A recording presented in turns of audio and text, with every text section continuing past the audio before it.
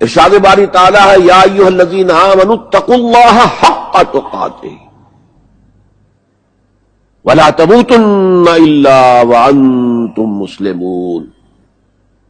اے ایمان والو، اے ایمان کے دعوے دارو، اے ایمان کا اعلان کرنے والو، اللہ کا تقوی اختیار کرو جتنا کہ اس کے تقوی کا حق ہے، اور دیکھنا موت نہ آنے پائے مگر فرما برداری کی حالت میں۔ یہ آیت میرے نزدیک قرآن حکیم میں انفرادی تدین، تقوی، دینداری، صحیح اعمال کو اختیار کرنے کی تاکید کے اعتبار سے اہم ترین آیت ہے۔ سب سے پہلی بات، اللہ کا تقوی اختیار کرو جتنا کہ اس کے تقوی کا حق ہے۔ صحابہ کرام اس پر پریشان ہو گئے، اس لیے کہ ہمارا اور صحابہ کرام کا قرآن مجید کو پڑھنا اور سننا، ان میں بہت فرق ہے۔ ہم قرآن پڑھتے ہیں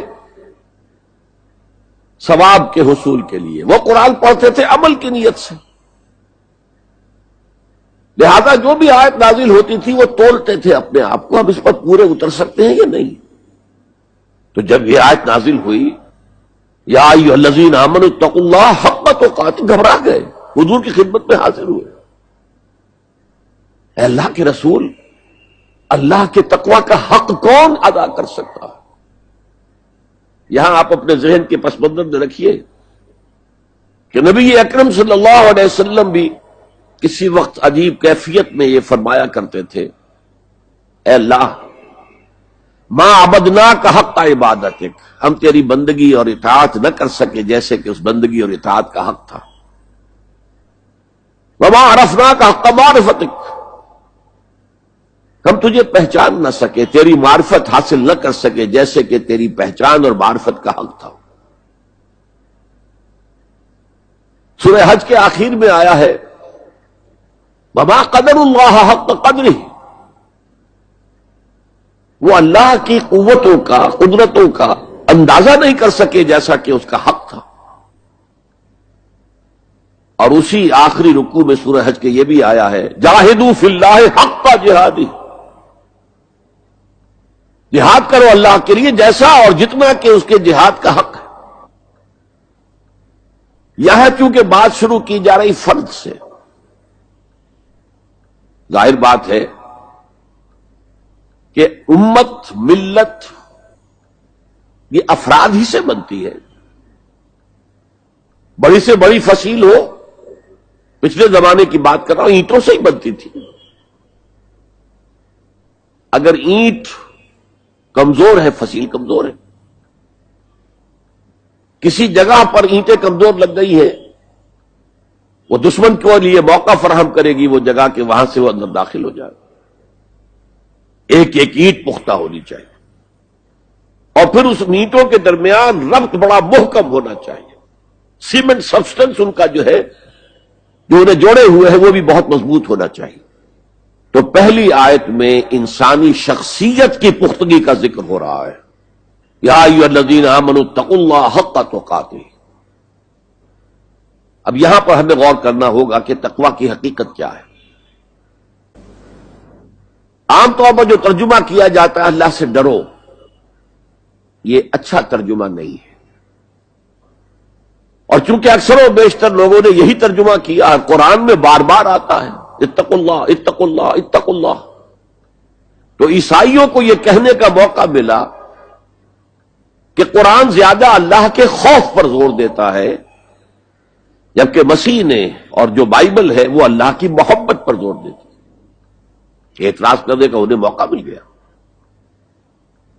خوف کا لفظ قرآن کا خود عربی زبان کا لفظ ہے، قرآن مجید میں بھی آیا ہے فلا تخافوہم وخافونی، تم ان سے نہ ڈرو، اپنے دشمنوں سے نہ ڈرو، مجھ سے ڈرو۔ خوف کا لفظ بھی ہے۔ یخافون یوما تتقلب فیہ القلوب والابصار، وہ ڈرتے رہتے ہیں اس دن کے تصور سے جس دن کے نگاہیں اور دل الٹ جائیں گے، قیامت کا دن، حشر کا دن۔ تو خوف کا لفظ قرآن میں ہے، عربی زبان کا لفظ ہے، تقوی کے معنی خوف نہیں. تقوی کے لفظی معنی بچنا. دیکھیے وقایقی وقایتن اسے کہتے ہیں ثلاثی مجرد. اس میں معنی ہے وقایقی وقایتن کے کسی کو بچانا. اور آپ بڑی آسانی سے یاد رکھ سکیں گے کہ جو ہماری دعا ہے جو سورہ بقرہ میں حج کی دعاؤں کے ضمن میں اہم ترین دعا کی حیثیت سے مذکور ہے، ربنا آتنا فی الدنیا حسنۃ وفی الآخرۃ حسنۃ وقنا عذاب النار وقنا عذاب النار. اے اللہ ہمیں بچا آگ کے عذاب سے. تو وقایقی وقایتن کے معنی ہے کسی کو بچانا. باب افتعال میں یہ بنا ابتقا، اور واو اور تا یہ جڑ گئے. اتقا اتقا اتقا معنی خود بچنا. بچنا اللہ کی نافرمانی سے، بچنا اللہ کی ناراضگی سے. ایک بچنا آؤٹ آف لو ہوتا ہے، out of reverence, out of respect. ایک سلیم الفطرت بیٹا چاہے گا کہ میں کوئی ایسی حرکت نہ کروں کہ میرے والد کو اس سے دکھ پہنچے. یہ بھی بچنا ہے. ظاہر بات ہے کہ والد کا خوف نہیں ہے اسے، یہ اس کی روش آؤٹ آف لو ہے. والذین آمنوا اشد حبا للہ. جو لوگ صاحب ایمان ہیں وہ شدید ترین محبت کرتے ہیں اللہ کے ساتھ. بلکہ ہم نے جو حقیقت جہاد کا مضمون جو ہے اس پر غور کیا، اس کے ضمن میں ایک آیت جو بڑی عظیم آیات میں سے قرآن کے، قل ان کان آباؤکم وابناؤکم واخوانکم وازواجکم وعشیرتکم واموال اقترفتموها وتجارۃ تخشون کسادها ومساکن ترضونها احب الیکم من اللہ ورسولہ وجہاد فی سبیلہ فتربصوا حتی یأتی اللہ بامرہ واللہ لا یہدی القوم الفاسقین.